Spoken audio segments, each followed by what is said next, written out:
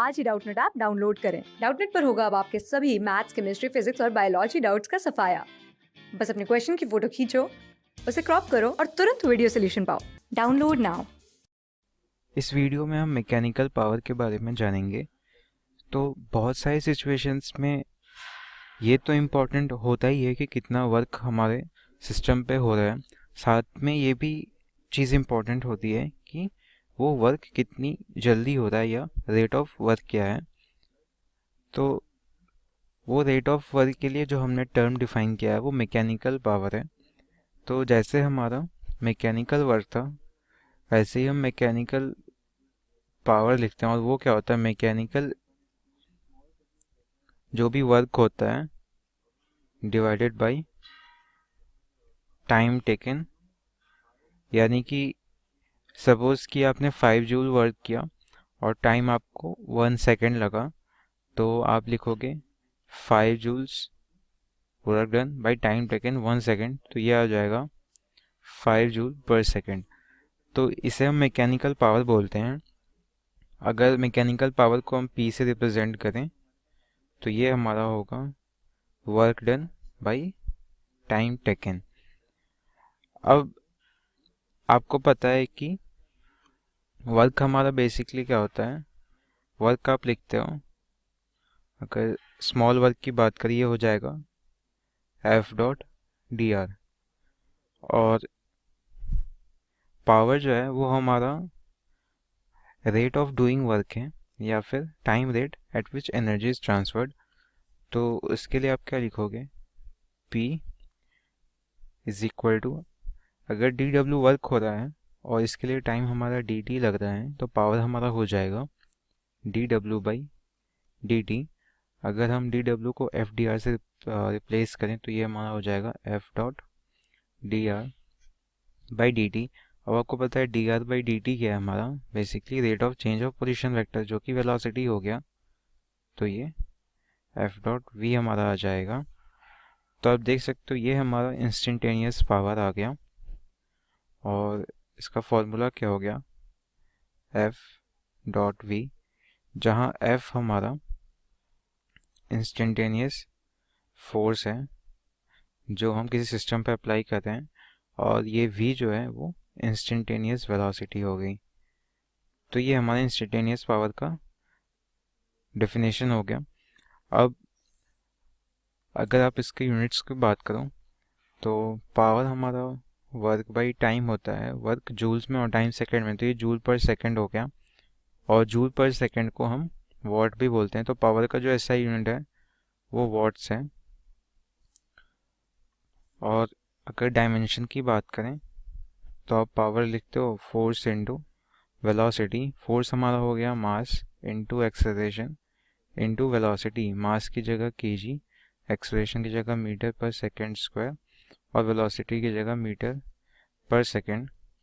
तो आप देख सकते हो ये हमारा फिर डायमेंशनल फार्मूला इसका क्या हो जाएगा, केजी मास का रिप्रेजेंटेटिव है और पावर 1 है, तो मास का पावर 1, लेंथ मीटर के थ्रू रिप्रेजेंट हो रहा है, और मीटर का पावर 2 है। आप देख सकते हो मीटर स्क्वायर हो जाएगा, तो ये एल स्क्वायर।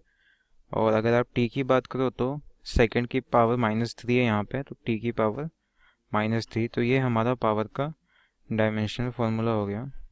तो dimension of P is equal to M L square into T to the power -3। अब कुछ प्रैक्टिकल यूनिट्स की बात करते हैं जो पावर रिपोर्ट करते समय हम यूज़ करते हैं।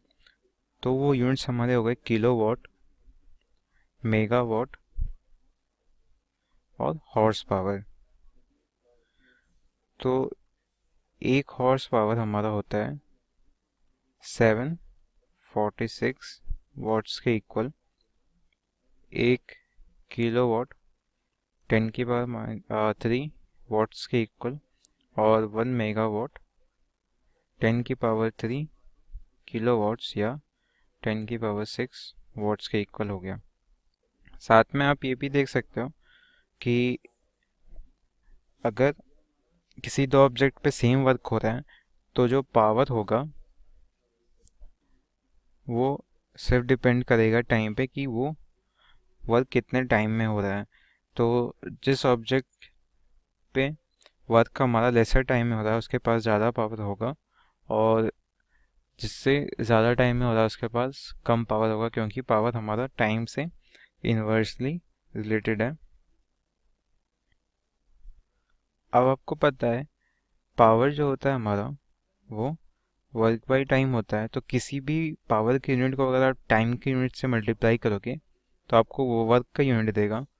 तो ऐसा ही जो एक वर्क या इलेक्ट्रिकल एनर्जी का हम यूनिट जनरली यूज़ करते हैं वो क्या है, किलोवाट आवर। आप इलेक्ट्रिकल मीटर्स में देखोगे तो जनरली इस यूनिट्स में हम मेजर करते हैं। इलेक्ट्रिकल मीटर में 1 यूनिट हमारा 1 किलोवाट आवर होता है। इसका क्या मतलब है, 1 किलोवाट हमारा हो गया 10⁻³ जूल्स पर सेकेंड, और एक आवर में 60 × 60 सेकेंड्स होते हैं।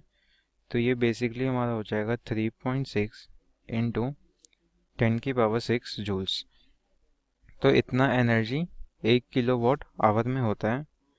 और अगर ग्राफिकल रिप्रेजेंटेशन हम देखें तो आप देख सकते हो पावर हमारा क्योंकि dw/dt होता है, तो अगर आप wt का ग्राफ बनाओगे यानी वर्क वर्सेस टाइम का, सपोज ये हमने कोऑर्डिनेट्स लिया, ये वर्क का एक्सेस है और ये टाइम का एक्सेस है, और आपके पास कोई रैंडम कर्व ऐसा आ रहा है, और सपोज इस पॉइंट पे आपको बताना है पावर क्या है, तो आप इस पॉइंट पे इस कर्व से टेंजेंट ड्रॉ करोगे, और इस टेंजेंट का जो एंगल होगा हॉरिजॉन्टल से थीटा, उसका आप tan ले लोगे, वही हमारा इंस्टेंटेनियस पावर हो जाएगी। यानी इस पॉइंट पे पावर हो जाएगा उस सिस्टम का जिस सिस्टम को ये ग्राफ रिप्रेजेंट कर रहा है। साथ में आप देखो अगर हमारे पास P = dw/dt है तो आप लिख सकते हो dw = pdt, और अगर आप इसे इंटीग्रेट कर दो dw = w आ जाएगा, और RHS में इंटीग्रेट करोगे तो यह आ जाएगा pdt के इक्वल। और ये बेसिकली इंटीग्रेशन ऑफ pdt क्या है, तो ये हमारा area under the pt curve है। तो अगर आपको पावर वर्सेस टाइम कर्व दिया गया है तो आप उसके अंडर का एरिया अगर निकाल लेते हो तो वो आपका बेसिकली हो जाएगा कि उस सिस्टम पे कितना वर्क किया गया है या उस सिस्टम ने कितना वर्क कराया है। क्लास 6 से 12 से लेके नीट, IIT, जेई मेंस और एडवांस के लेवल तक 10 मिलियन से ज्यादा स्टूडेंट्स का भरोसा। आज ही डाउनलोड करें डाउटनेट ऐप या व्हाट्सएप कीजिए अपने डाउट्स 8400 400 400 पर।